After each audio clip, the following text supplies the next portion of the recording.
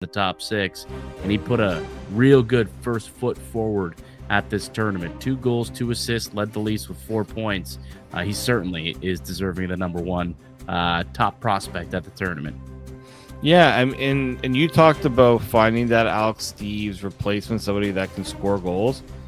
The year before, 18 goals in 31 games. Last season, 12 goals in 22 games. He joins the Marlies at 6 points in 9 games. Yeah, he hit the ground running. And he's got a bit of size, but I watched the power play goal he scored, where face off, pass, shoot, score. You could tell he's got that goal scoring mentality. I like that. I'm hoping that he can continue to bring that goal scoring ability, because I feel like the Leafs need more shooters like him. Guys are willing to be a little more selfish and take those shots, because we've got a lot of guys that like to pass. Need more guys that are going to shoot, and so I'm hoping that's going to be something he can do. And obviously, they're going to work on his two-way game and make sure he's responsible that way. But man, I could see maybe middle 6 potential, even third line guy. Obviously a little early to say for sure, but I think there's some good traits here from Luke Ames. Yeah, 100%. There's some good traits. He showed off some good stuff. I thought he was the best Maple Leaf there for sure, which is interesting because going into it, wouldn't you have expected to say Easton Cowan as the number 1 star for the Maple Leafs throughout the tournament? What'd you make of Easton Cowan's play here? Did he show you anything that makes you believe, wow, this kid's ready for the next level? Or was it, I expect a little bit more? Where did you lean when you saw? I know he only played the 1 game, right? Didn't play both, so he only played the 1 game, and maybe that factors into wanting to see a little bit more. But yeah, what'd you think of his game? I saw what we had come to expect to see from him. A very patient player. It's kind of where I see he's somebody that will make I'm not going to say he's like Mitch Marner, but he looks like a player that wants to make sure he's making the best play available to him and not just rushing a play. So I do like that. Protecting the puck, understanding that you can't be the one turning over a puck, and especially offensively, move things around. The vision on him is I think what stood out the most to me.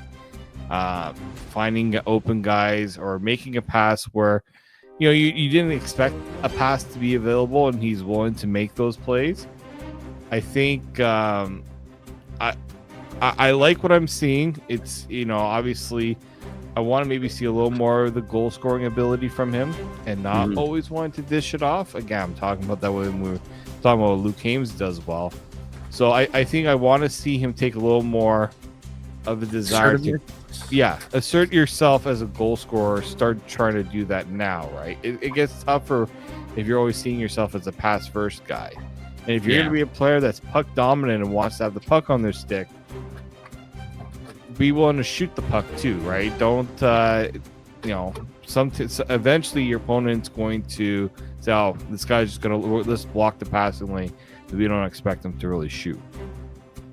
Yeah, no, you bring up a solid point. He was more of a playmaker, than he was a goal scorer, I guess, in junior.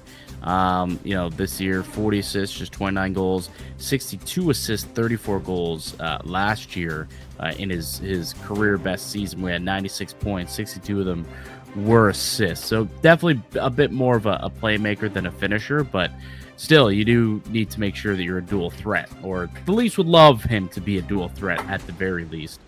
When it comes to Easton Cowan and his development.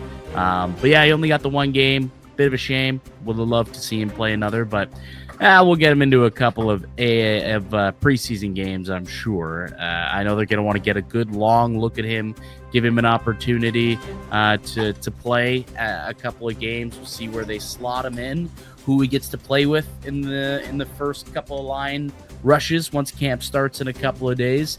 So that does it for the prospect tournament. Always enjoy that event every year. So the Leafs win 1, lose 1, and now we're on to main camp, a couple of days away. Let's take one more break. We'll come back. We'll get to our Atlantic Division preseason rankings. That's coming up next here in the Locked On Leafs podcast. Today's episode is brought to you by FanDuel. The NFL season is here, and NFL is making sure you're ready for kickoff with a can't-miss offer. Right now, new customers can bet just $5, and if your bet wins, you'll get $300 in bonus bets to use across the app. I love using FanDuel because it fits however I like to bet, whether I'm betting on player props, building a same-game parlay, futures bets, or jumping in as a live game bet. It makes every game more exciting, whether you're watching your favorite team or keeping an eye on your fantasy lineup. It's quick, it's easy, and the best way to add a little bit more energy to your Sundays. So you ready to play? Download the FanDuel app today by visiting FanDuel.com to get started. That's FanDuel.com to place your first $5 bet. The Locked On Leafs podcast continues. Mike DiStefano, Dave Morsuti with you, as we are each and every weekday, Monday through Friday, free and available on the Locked On Leafs podcast. So, Dave, the Maple Leafs begin training camp in a couple of days officially. They'll be reporting, there'll be media days, they'll do weigh-ins and all that, and then they'll start with the on-ice sessions a little bit later on in the week. They're defending their crown. You know, I know it's been a while since the Maple Leafs have played hockey or been on the ice, but they are the reigning Atlantic Division champions for the first time ever, actually, since it's been named the Atlantic Division. They had not won it since the rename, so they are the reigning champions, Dave. They finished in first with 108 points a season ago. Finishing second in the Atlantic last year was the Tampa Bay Lightning with 102 points. The Panthers had 98. They were third, followed by the Sens and the Canadians, and then the Wings, the Sabres, and the Bruins. Last place in the Atlantic Division last year, just 76 points. Man, what a pitiful year it was for Boston. Wasn't it great? Wasn't it fantastic to see them finally? Like, people talked about the demise of the Bruins for so bad for them. Like, the pity. Yeah, okay, pal.